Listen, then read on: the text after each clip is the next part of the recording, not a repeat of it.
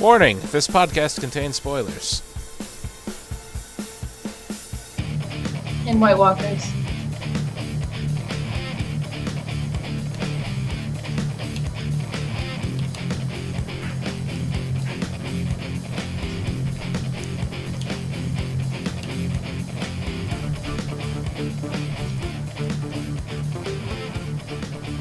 What's up, everyone, and welcome to another episode of the As Seen on TV podcast for Game of Thrones, Season 5, Episode 8, Hardhome, also known as Holy Fuck Zombies.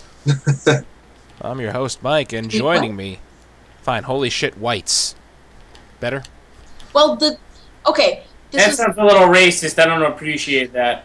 Yeah. I did, because the White Walkers are obviously the weird, fleshy men, but...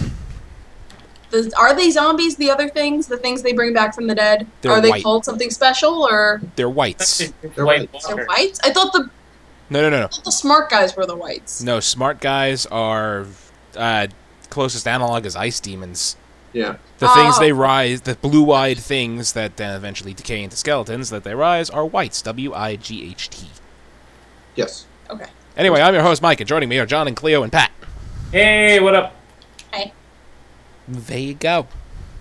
So this was an episode, and it was a very good episode, and then the last 20 minutes propelled this into probably my favorite episode yet. I would say so. Yeah, pretty much. And if next episode goes how I'm hoping it goes, that's gonna be even better. Anyway, getting on with it. Get on with it! Sansa Stark. Sansa. Sansa Stark, stuck in the nightmarish world that is known as wife of Ramsay Snow. Bolton. Bolton. Sorry. Fuck was legitimized. Theon brings her some dinner. Lunch, breakfast, whatever time of day it is. A meal. Food. And then says, basically starts bitching him out. Wouldn't you? Sorry, yes. Yeah, I really would. I can't blame her. But she... No, can't. No, you really can't blame her. I blame you. Yeah. But he lets it slip that they were farm boys and not Bran and Rickon. Yeah. Which is very, very important that she knows that. So what can she do with this information? Try to find a search party, find them, and go, hey, well, look. Yes, search party. Still the Starks. She's not going to find Bran, No. because he's a good distance north. She might find Rickon. She might. We haven't heard a thing about him. All we know is that Asha left with him, and that's the last we know. Yeah. And, for instance, for comparison's sake, in the books, he left with Asha, and that's the last we know. Oh, good. So we're keeping consistent here. I was gonna say, we're at about, the ending of this season will be as far as the books have gone. Yeah. So, it makes sense that that information is kept the same. Mm-hmm. But it's about time Sansa got a little bit of, good news. Yeah. Brighten her gloomy days. Yeah. Besides her brother being the head of the Night's Watch. Yeah. Further brighten. I mean, hey, Sansa, check this out. Your brothers aren't dead. Your half-brother's the commander of the Night's Watch. Probably one of the youngest ever. Or close to it. And, hey, guess what? Your sister's an assassin. Well, She's never going to know that. No. I don't think any of them So ever will. we think. did the book say different? No. No. They haven't. We never know. Right. So, Books don't matter at this point. speaking of Arya, we finally got a dose of her. And Yes. Jaqen H'ghar has stopped slapping her mercilessly at every word that comes out of her mouth. Well, that's because occasionally. she's doing it right this time. Mm-hmm. So she's telling this story of an oyster merchant, an oyster girl who sells oysters in the market. Yep. And, I mean, fantastic story. And I mean, Well played. very well played. I guess that's what they have to do. They do have to blend. Yeah. Yeah. Yeah. And he was... Jack and Nagar was hitting her because she wasn't telling the right story. Right. Taking someone's face, which she's not ready for that yet, but assuming another identity, you have to know what you're talking about. You have to tell the right story. Even this tiniest detail could be seen as out of place. Yes. Right. Color of one specific shirt or like a certain way of handling one thing or another can make or break your story. Mm-hmm. Yeah. If she holds something with her left hand instead of her right that one damn time. Exactly. So he tasks her with getting to know that dude who, well, first bought some oysters off of her. The thin man. Yeah, the thin man. Apparently he's doing some kind of scam where he gambles. It sounds like an ancient version of an insurance scam. Cool. Yeah. He's betting that the shipping cruise will fail, basically. So he's kind of doing what caused the housing bubble in the U.S. here a few years back. He's betting against the owners of the ships that they will not do well in their shipments or that they'll lose they will out. fail. Yeah. So he's betting on them losing. I thought he was a bookie. They a bookie, but the way I think of it is like the things that the jewelry stores do now, with like, oh, if it snows a certain amount of feet on like Super Bowl Sunday, they have to pay. Like, jewelry stores? Program.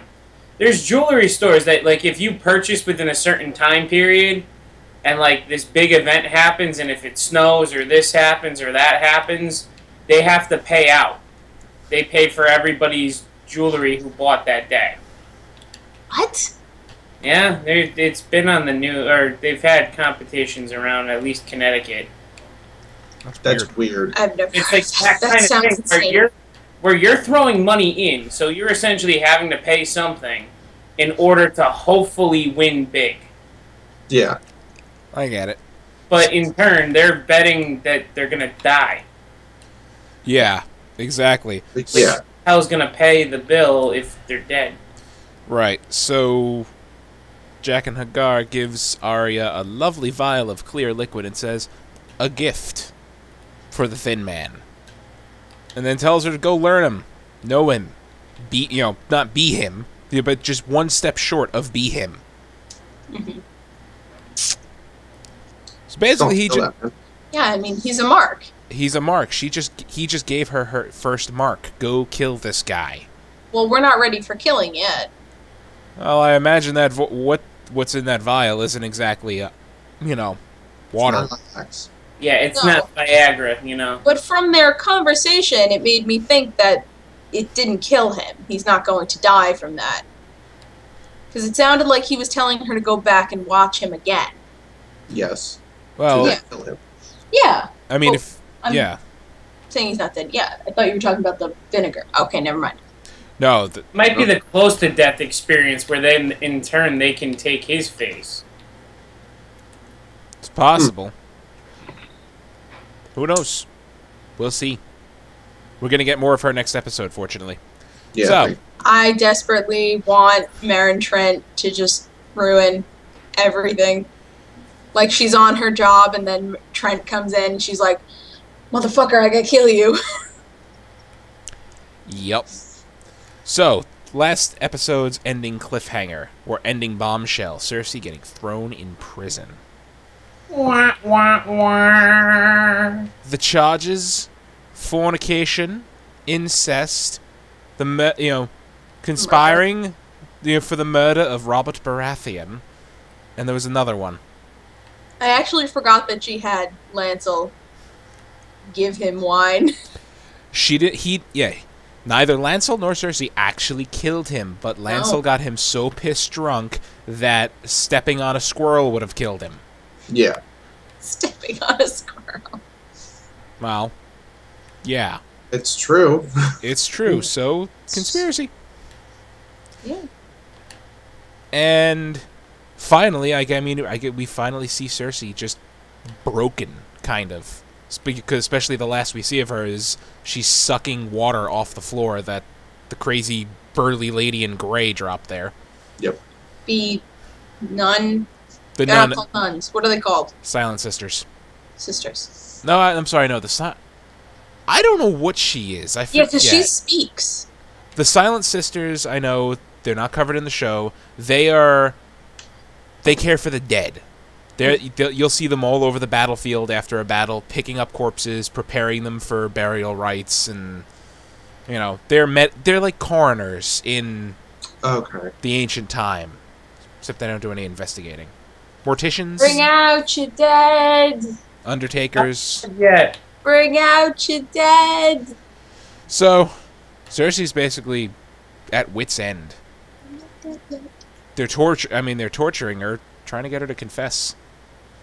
I don't know if you can call that torture. Well, just depriving her water. Withholding water. Okay, yeah, Yes. I'm sorry. Withholding water. Oh, my mind just pictured the nun slapping her with a ladle, which isn't quite torture, but. After 1 day, it's horrifying. After 2 days, it's excruciating. After 3 days, you're dead. Yeah. So. Yeah. Which is probably why she broke down and just started sucking it off the stone. Yeah. Yeah. I mean, I don't think Cersei's broken yet because she's still telling the nun to go fuck herself. Yep. So she's not quite broken yet. She's like, I could pay you, I can make you rich, or I can Did she say that? kill you. Yeah. Yeah. No, I only remember her saying, I can think of all the ways that I want to brutally murder you. She's like, I can make you the richest woman possible, but knew that wasn't going to work. It's like, or I could just kill you. And I could think of the worst ways to kill you. Yep. And Tommen's having like a little... He's having a hunger strike. Yeah. Just, that's really helpful right now. I didn't get an Xbox, I'm locking myself in my room. So... That's completely stupid, too, because, oh, great, the king's now dead. Well, there goes all of the Lannisters' kind of power. Right, I mean, the Lannister power is kind of gone anyway. You have the uncle. As soon as Tywin died, that was it. I mean, and their strength halved. You have their uncle. You have Uncle Kevin. He still commands the Lannister army. Which, Tywin's dead, but there's still a really big army that the Lannisters have, and now Kevin is in command of it. I like to picture that it's the bird from Up. Yeah, right. And not... So Qyburn comes in, gives a whole bunch of exposition as to what's going on. We got the Pressed King. We got Uncle Kevin coming back and taking over as Hand of the King. Which, to be perfectly honest, he's probably... Out of all the Lannisters left, he's probably the best suited for the job. I mean, he doesn't have... Let's be super real. Tyrion's the best for the job, but he murdered his dad, so that's out of the question.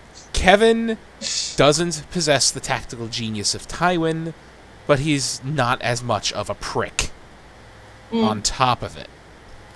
So, hopefully that goes well. And then the last thing Qyburn says is, the work continues. Yeah. Which I'm assuming is referring to the mountain. That's ominous. Yep. We're gonna get, I guarantee you, by episode 10, we will have Zombie Mountain. Or, no, I'm sorry, it's Frankenstein Mountain. It's not gonna be Zombie Mountain. Ominous. I love it. It's not. Did anybody hear a rumor of the mountain? Because I was talking to somebody at a Ren Fair last week and brought up a whole new thought of it. Well, I don't know I want to avoid spoilers because it hasn't been, concretely given in the books, but anybody with half of a brain could figure it out. Especially since we saw a large body on a table that just started twitching. No, meaning about the head. Oh, I don't know how they're going in the show, and they're already departing pretty crazily, because in the books, Oberyn gets his head crushed. All the stories are the next coming week is the mountain screaming in pain as he's dying from the poison. Like, that's what nobody in the Red Keep cannot hear it. Yeah. And then, the screaming stops and the mountain is assumed dead. A few weeks later, there is a new... I think he's a new Kingsguard, actually. Mm-hmm. To replace a slain member. And his name is Sir Robert Strong, who just happens to be 8.5 feet tall and weigh as much as the fucking mountain, and he's encased in a suit of armor that's impenetrable. And he never shows his face. So And when does the fortress come? Strong also means Stark in, like, German. Or Stark means strong in, like, German or something like that. Somebody was telling me. So they were hinting that the head is not the mountain's head. Oh my god. It's Robb Stark's head. What head? What head are we talking about? I'm confused. He beheaded at the Red Wedding, and it was never found. Oh, they didn't... You know, it was in the book. They took Robb Stark's... They cut Robb Stark's head off after he was dead, and they sewed his direwolf's head on his body. But how did we start talking about a head? I'm confused. It's a long tangent here. We're gonna get right back to the episode, though. Sorry. That's all right. I started it. Daenerys and Tyrion. Tyrion and Daenerys. The power couple. They have more in common. He kind of tells her to send Jorah away, and it's just like... Well, he's not wrong. I know he's not wrong, but... Diplomatic move, though, because you keep in mind, he's not letting his emotions or her emotions weigh in on it. I know. He could have said kill the guy. I know. But as he said it very calmly. He's like, you know, a ruler who kills someone who's devoted to her does not exactly inspire devotion. So, and Tyrion nailed it on the head. He's like, he's, you know, completely willing to serve you. I think he's in love with you. I was like, thank you, somebody said it. And then Tyrion just says, you know, send him out. But they're becoming fast friends, it seems. Yeah. Well, it's hard to be friends with a dwarf. What? Just cute. He's just cute. He's so cute and drunk. Their wit is also pretty matched. Like, they're both pretty witty. But you know what? They both, when you think about it, they both had they're very similar, kind of. Very shitty upbringing. They're the youngest children's of... children's. They're the youngest children of crazy influential families. of crazy influential families with really, really shitty dads. Yep. And crazy siblings. Yep. Oh my god, yes. So... I almost forgot about Viserys. They're power-driven. Right, they're power-driven, and they both are more intelligent than the average highborn person. So, they're a pretty good match. To rule and most diplomatic. Right. I mean, Tyrion realizes what, you know, Varys was probably right about her. He even says that, you know, he was right about you. And then he gives her the pretty shocking advice to her, like, you know, I want you to advise me on what I want, you know, I want to get what I want. The Iron Throne, want something else. Yep. I love Tyrion. I mean, I also agree. I mean, as much as she wants the Iron Throne, going after it now is not a great idea. No. For a couple reasons. Right, and Tyrion made all those points perfectly clear. Who's going to support you? The common people? That's a nice wish. You're going to get there. Stannis Baratheon ain't going to support you. His entire claim, you know, means that yours isn't real. Yeah, I mean, also, us as viewers don't even know if the common people of Westeros would accept Daenerys. They might not. Yeah. Considering the Mad King was so, you know, mad, and everybody knew it. Are you going to trust her? It's like, oh great, it's the daughter of the Mad King. Here we go. People are going to get set on fire again. Yeah, I mean, they may not love Tommen or whatever, but they're not going to want her. I don't think they're going to want her over. See, they don't love Tommen. Bring dragons and they're going to freak out. There's that. That Yeah, but inspire awe. freaking out and supporting her as a ruler are different. Right. Very true. You can't just show up with dragons. And, I mean, let's face it. And Nobody Slayer. likes Tommen because Tommen hasn't done anything. I mean, Yeah. the only Which reason they is- don't like Tommen is because there's the rumors of him being a child of incest. But Yes. other than that, he hasn't exactly done anything horrible to anybody. No. But Hasn't done anything good either. he hasn't done anything, which is almost just as bad, because he's sitting there and letting things happen that he shouldn't be letting happen. And bless his heart, he doesn't know any better, but Very sad. He's letting a bunch of religious wackadoodles essentially run his army. even before then, he just let his mom do whatever she wanted. And he really liked the lady who did the sex thing with him. Yep. She touched my pee-pee. He didn't. I Oh my used to God. be horny, now I'm not. I'm even more horny. So, I know He locked himself in his room, just like Just constantly vigorously. jacking it. Vigorously masturbating. so after Jorah gets banished from Marine, he finds the slaver who took him, who bought him, and re-enslaves himself. Well, no. Wow. He comes up to him and says, "If you let me do this, then you can have me." Yeah, I'm the best you've got. Put me in front of the queen. Let me fight. And he looked, when he left the city, he looked down at his arm and, oh, look, here's the lovely bandage he put over the stone scale. And here's the stone scale, like a whole 6 inches below it. Yeah. Well, I don't think that bandage was supposed to be for the stone scale. No, but it was Didn't supposed he have that before? It was supposed to hide it. He was using it to hide it, because if people see stone scale, they flip. I mean, But he yes. knows he's going to die soon, so he's just going to just go crazy soon. Love me before I turn into stone Yeah. person. Love He me is- before I die. Yep. I don't even think he wants love. He just wants recognition. He wants, He wants forgiveness. yeah. He wants to repent for his sins. Noble causes. Oh, I like Jorah. I hope he gets some kind of happy ending out of this. Yeah. In the beginning of the episode, they did the, last time, blah, blah, blah. And the old bear was giving John. long claw to John. I was just like, I miss you so much. More Yeah. than any other character in the show that has died, it is the old bear I miss the most. Yep. I got to If there agree. was anyone in Westeros that I would follow, it would be him. He was a good guy. All right, going on to Jon Snow and probably the biggest chunk of this episode, which is great.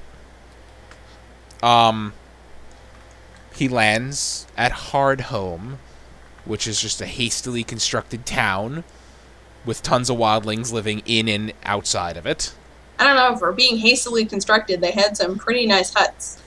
All right, I mean, There It was was very- the Viking carving shit. and it it's was like, very that's- rough. So, I mean, it wasn't exactly like a city or anything. It was a very rough place to live. But, I mean, look at them, where they are. Yeah, no, Yeah. definitely. Tormund beats the shit out of Rattleshirt, the Lord of Bones. That was so funny. Like, this guy with a mask who looks important, he just beats the shit out of him. It's like, well, let's go. And it's like, I guess he's not important anymore. You just get the shit beat out I of him. love it. It's like, gather the elders, we need to talk. You do a lot of talking, Tormund. And it's just like, whack, whack, whack, whack, beat, beat, No, crush, and I crush. love when he's like, he just started sucking his dick. Boom, boom, boom. Shut the fuck up. Beats him to death, looks around, goes, gather the elders, we need to talk. It's kind of like Slaughter. dice. And everybody lets him through, which is good. I mean, yeah. So John's pretty convincing. I mean, he's laying down the logic of the situation. We're mortal enemies. We're never going to trust each other. We're never going to be friends. I'm not here for that. But we do need to ally because no matter what, when all of you die, when the White Walkers come and kill you all, you're going to add to their army. You're going to be dead. And then they're going to come kill all of us. Alone, none of us can beat them. Right. Together, we probably still can't beat them, but we're going to give them a hell of a fight. Yeah. And it's the better option. Yeah. And most of them see reason. Except for the Thens, the crazy ones who cut on themselves. Yeah. And as they're leaving and loading in like 5,000 wildlings onto the boats and getting ready to go, oh boy. Shit hits the fan. For a good 5 minutes, I had no idea what was happening because the approach of the undead army was an insane ramp up. Like, it was crazy drama. That was probably one of the best adaptations and portrayals of something written in a book I've ever seen. Because every time the White Walkers come, it's written that the air just gets wickedly cold, it starts snowing, like whiteout blizzard conditions, and just all hell breaks loose. I thought the mountain was crumbling. I thought like there was an avalanche at first, and then I thought, I'm like, it's like some kind of ice bridge forming or some shit. What is going on here? Is Elsa here? Is there going to be a castle singing? What really freaked me out, they close the gates, you see all their feet under the gate, and like they're banging on the gate. All of a sudden the mist comes and there's no feet left. And it's silent. And it's dead silent, and the one Fen looks out the eye hole, and there's nobody. All those hundreds of people who were out there are just gone in the mist. And this episode was amazing in its use of silence. Mm-hmm. Yes. The first minute or 30 seconds or whatever where Jorah is standing before Daenerys, it's dead silent, super awkward. At the end, it was silent and the credits were going. And right before, as the mist was coming down, it was just like, besides the rumbling, it was quiet. Yep. And I do have to give them credit for one of the scariest portrayals of a zombie-like army. Holy shit. Oh, yeah. This was like skeletons and corpses in all sorts of states of decay, just rushing, breaking through gates, killing people. All I could think of was they need a cleric to consecrate. They just channel. They just need a cleric. But for like the fleshy skeletons, don't you need an extra thing? No, it's just positive. You need to kill them and you need to consecrate their bones. Yes. By channeling positive energy into it. No, you need to use a spell consecrate, but I house rolled it. Oh. That, or they need that Army of Darkness little book thing, and No, they need friggin' Geralt of Rivia. They really They need do. a Witcher. Right now. They really do. So this is all going crazy shit. John leads a charge to help defend people, and apparently that gains him the respect of that asshole Fen with the really, really pretty axe. Yeah. Oh, sexy. Now, hold on. Wasn't he the cannibal one? The Fens are a lot of things. Some of them are cannibals. Okay. The ones that went south of the wall, they were cannibals. Right. Yeah. They were also Fens. A good portion of them are, I think, cannibals. I'm not sure. But earns him his, some kind of respect, says, you're with me, Crow, and they go to get the bag of dragon glass. And, they get into the hut, which is on fire. Oh, this is after a giant breaks out of the goddamn wall, which was just awesome. What's John's friend's name that went with him? The Fen? No, his friend from his brother. Oh, shit. I think he's Ed. Ed. Because when they went in and it was burning, I was like, please, Ed, don't be dead, please, please, please. I can't lose another of the John squad. Yeah, we can't lose another John man. Squad member. But they go into the hut, it's on fire, you just see this whole... And they're, doing the stereotypical cinema, you can't see what's beyond the flaming door. I'm just like, alright, what the hell's gonna happen? And then you see the figure, and the fires start going out, and I'm just like... Oh! That whole scene. Yeah, no, I stared at the screen when he was coming. I was like... It's Darth Maul. That's just... No, yeah. it's scarier than Darth Maul. Are you kidding me? Has an ice spear. With Nazgul. He's just you get the glass, then goes in with the axe, goes to chop, and he just steps aside. And then he steps aside again. Nah. And then he shattered his goddamn axe. Shattered the axe in one shot with the ice, and then just stabs him. Yep. And then thus... So it's like a magical ice spear is what it is? It's described as so cold that it just shatters metal when on contact. Mm-hmm. It's like... It's magical ice. It's ice that's near absolute zero, I'd imagine, or something ridiculous like that. Yeah. So, that happens. Then he grabs John and throws him across the room, and Longclaw goes flying out of the hut. He hits John in the chest, and I thought he hit him with the pointy end, and I was like, oh. No, that whole... Please, John, die, because if he dies, I'm out. The whole fight, all that happening, and then from the second floor, like, John goes to defend with the dagger, it shatters, and I'm like, oh god, and then he just cracks him with the end of the stick, which definitely broke a rib. Yeah, that's why he was coughing blood up. Yeah. Cracked him, sends him down an entire floor, like a level of a hut, to the ground. Yeah. And then another excellent use of sound, actually. I like that you brought that up. Because now it's just the whole scene for the rest of it is like that ringing. Like, you know, John's injured and he can't hear properly now. Or he's so focused on the pain that he doesn't hear. That he doesn't, It just doesn't penetrate the pain. Mm-hmm. And then he gets outside, picks up Longclaw, and blocks the kill shot. Which works. My god. And I love how they stared at each other for like 3 or 4 seconds, both with the exact same look on their face, like, what? Because I guarantee you, John went to block it, expecting Longclaw to burst into 1,000 pieces and him getting killed, but it was just reflex. So did the White Walker. Have to block, like right. And you're trained like that. That's what you do. That's your reflex. Right, exactly. And they're just both staring at each other, and then they like look at each other, look at the sword, look at each other, look at the swords, look at each other, look at the swords. It's like. And then you see the White Walker like, shit! Well, this ain't gonna work. So, now, can I throw my theory that may not actually be a theory and is probably confirmed? So, are Valyrian steel swords just swords forged with dragon glass? Because the Targaryens made them and they had dragons, so it would make sense that they have obsidian there was in them. No concrete description. From what I understand, Valyrian steel was supposedly forged via magical methods. And that there's magic infused into the swords in the forging process. Now, theories abound that that magic could be they just heated their forges with a dragon. Right. Like, magic must defeat magic. There is that.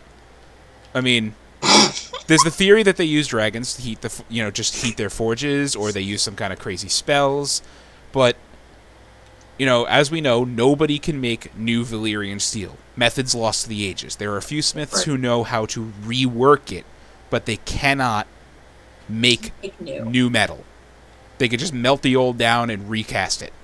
Or reforge it. Then it would make sense that it has the special properties probably has something to do with the smelting the part of making the sword. It would have to. Exactly.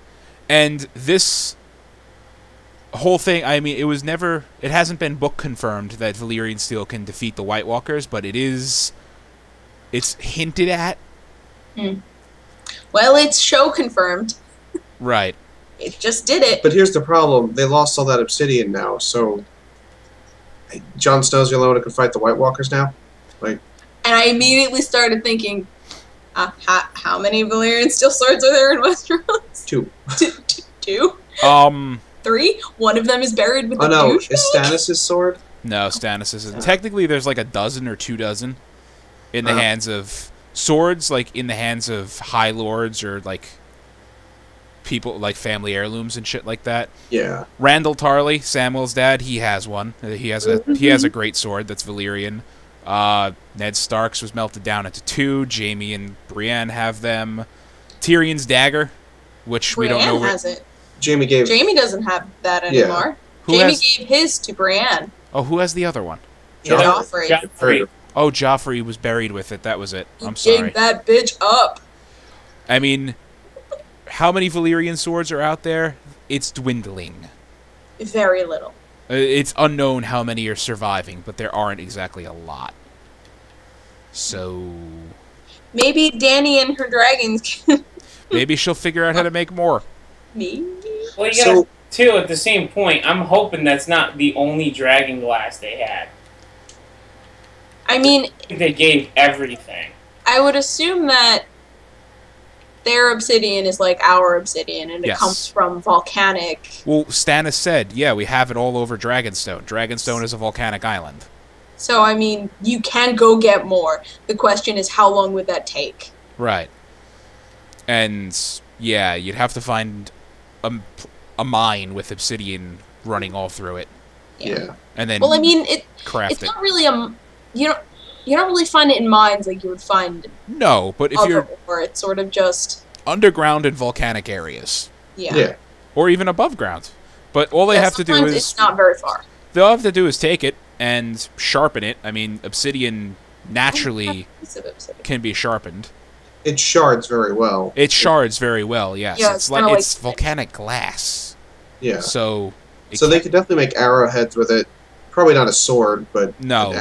They can make daggers, they can make all that stuff. I mean... anything that, like, you would see cavemen almost use. Right, I mean, but the Mayans or the Aztecs used it in their weapons. Yeah. But if they smelt it with... No. another alloy... No, it won't work. Obsidian, it's not a metal. You can't really alloy it. Unfortunately, I mean... Can you lace it within, though? Like, crystals? In this universe, I don't know. Realistically... yeah, this might be... Anyway. This might... it might not be... I mean, maybe there's some form of obsidian. In reality, I'm thinking... Yeah, no, you're right. In reality, it's a stone. It's not... I don't think... even if you mixed it in or laced it in, I don't think you'd ever get the metal to recrystallize properly. And second of all, I don't think it would even have that much structural integrity.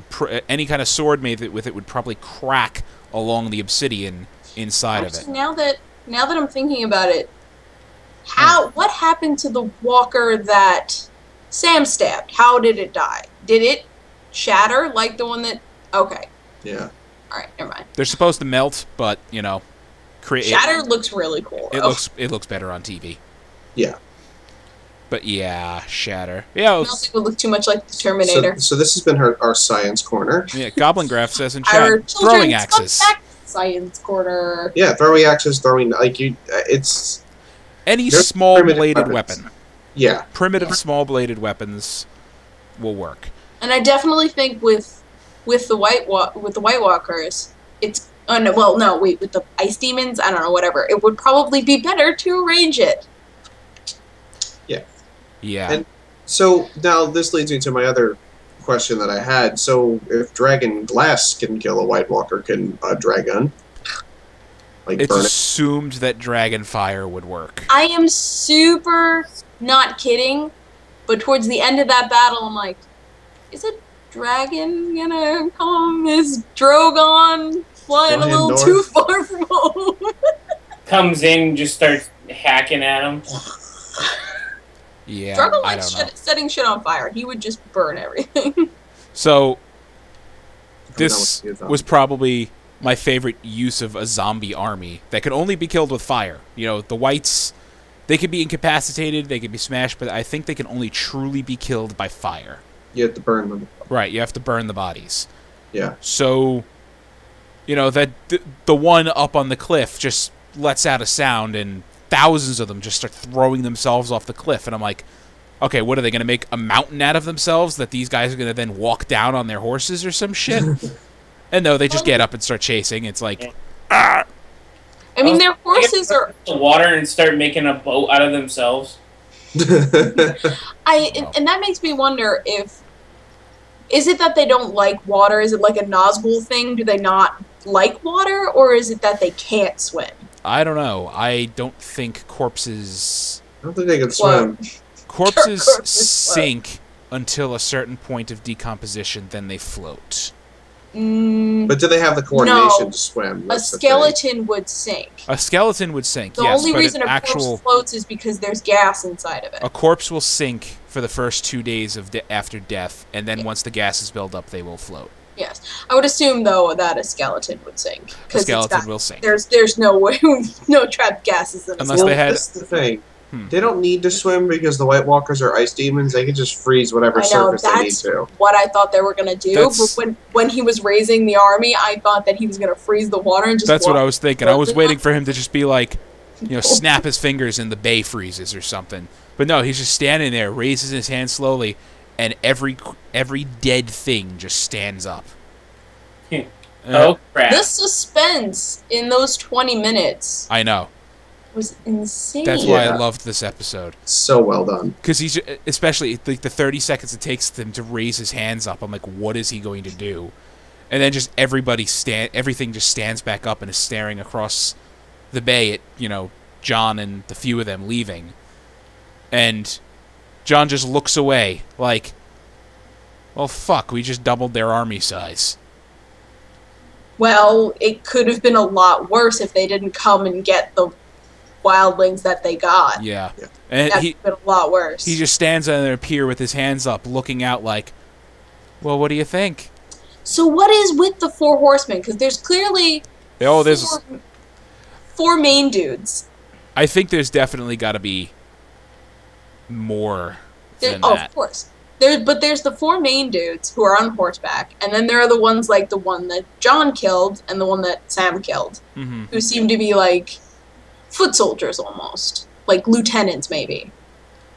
Yeah. Well, because the guy who just raised the army, he was the one who took the baby last season, right? Yep. And it's like, you're me now, and you know. Not to mention that his horns kind of resemble a crown.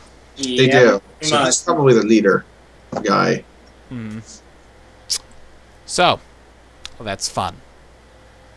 Now, they probably blew their whole budget on this last... We keep saying that.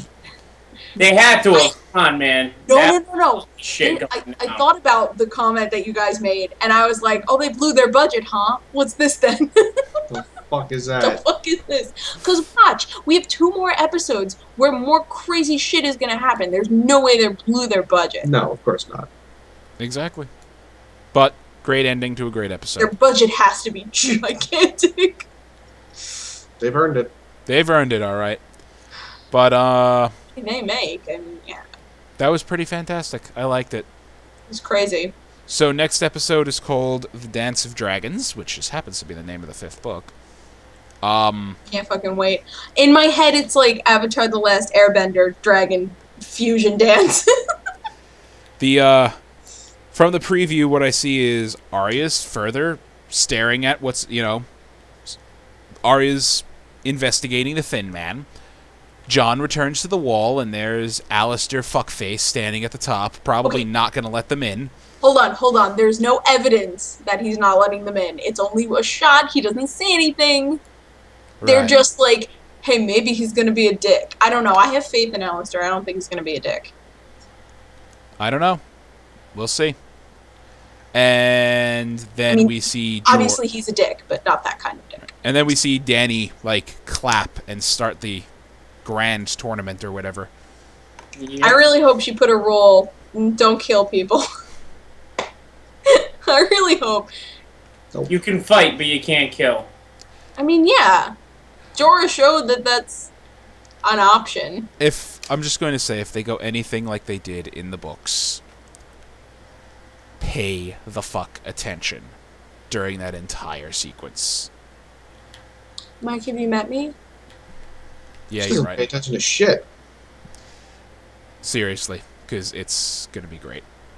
I hope. Anyway, I think that's our show. Is Good at stuff. that our show? Is that everything? Did we talk Yeah, about I think anything? that's pretty much Yeah, it. I think we're good. All right, then. So, I need to do a thing here. And that thing is done. So, Pat, Hey, where can they find you? They can find me at that Twitter thing called Michelle, even though Michelle hasn't been doing any of this lately. she did one. Or you can find me in Time and Space. That's where Michelle's lost right now. Lost in the time and It's just- space of exams. It's just not the same without her voice adding to it. I know, right? Yeah. And Cleo. You can find me at Cleomoto on the socials and on Twitch at the Cleomoto, which I swear I'm going to start streaming again. I've just been working. Dom keeps screaming that he wants to play Super Fight. Yeah, I noticed. John, how about you? When? You can find me at No More on Twitter, and if you want to see some Let's Plays on YouTube, it's at Nahojm, Nhojm. I'm in one of them. I was going to say some. I'm in one. You're in one. You can find me on Twitter at Thiladrin. You can also find us all on Facebook, Twitter, Gmail, Google+, MySpace, and YouTube at ASOTV Podcast, all one word. You can follow us at those places for some more podcasts for some of your favorite TV shows. What? You have made a funny face.